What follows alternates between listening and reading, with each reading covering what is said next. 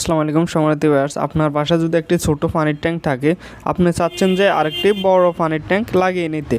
এখন ছোট এবং বড় এই দুটি পানির ট্যাঙ্ক কীভাবে স্থাপন করলে সঠিকভাবে আপনি ব্যবহার করতে পারবেন এবং সঠিকভাবে পানি পাবেন। তো আজকের ভিডিওতে আমি দেখাতে চলেছি যে আপনারা কীভাবে ছোট এবং বড় দুটি ট্যাঙ্কি একসাথে লাগিয়ে নিতে পারবেন।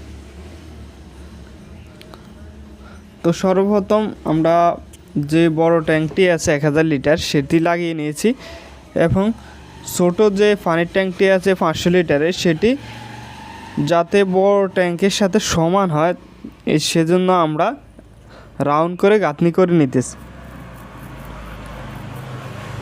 কারণ হচ্ছে আপনি যদি ছোট এবং বড় যে ট্যাঙ্কটি আছে সেটি সমান না হয় তাহলে দুটি খালি থেকে যাবে। যদি আপনি নিচে সমান রাখেন তাহলে দুটি ট্যাঙ্কি অর্ধেক খালি থেকে যাবে।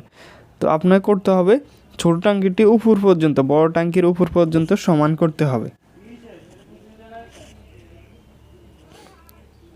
কারণ হচ্ছে ছোট এবং বড় উপরে সমান থাকতে হবে, ট্যাঙ্ক দুটি উপরের পাশ সমান।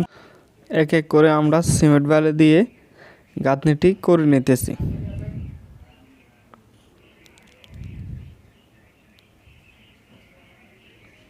আপনার রাউন্ড করে দিলেও হবে অথবা লম্বা করে দিলেও হবে, তবে উপরের পাশ সমান থাকতে হবে, ট্যাঙ্কির নিচ যাতে সমান থাকে। আমরা গাঁথনি করা হয়ে গেলে ভিতরে মাটি আর বালি দিয়ে ভরাট করে তারপরে সিমেন্ট বালি দিয়ে উপরে ডালাই দিয়ে দিয়েছি।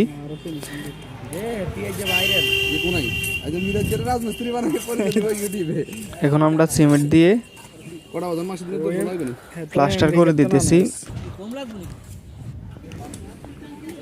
প্লাস্টার করা হয়ে গেলে আমরা দেখেন দুটি ট্যাঙ্কি নিচ দিয়ে শর্ট রেখেছি, মানে একসাথে করে দিয়েছি,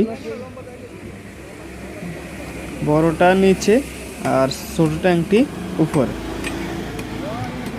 আর পানির যেখান দিয়ে মোটরের লাইনটি যেখান দিয়ে ঢুকবে সেটি হচ্ছে বড় ট্যাঙ্কে আমরা দিয়েছি। মোটর লাইনটি বড় ট্যাঙ্কে ঢুকবে। আপনারা যে কোনো একটি দিয়ে পানি ইন দিলে হবে, কারণ একটি দিলে ইন দিলে দুটি ভরবে একসাথে, কারণ নিচে যেহেতু একই পাইপে শর্ট করা আছে। তো একটি ট্যাঙ্কি মোটরের লাইন দিলে দুটি ট্যাঙ্কি একসাথে ভরতে থাকবে।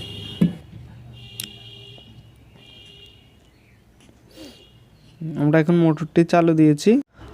ছোট ট্যাঙ্কটি যেহেতু একটু উপরে, তাই বড় ট্যাঙ্কটি কিছু পরিমাণ ভরলে ছোট ট্যাঙ্কটি আস্তে আস্তে পানি ঢোকা শুরু করবে।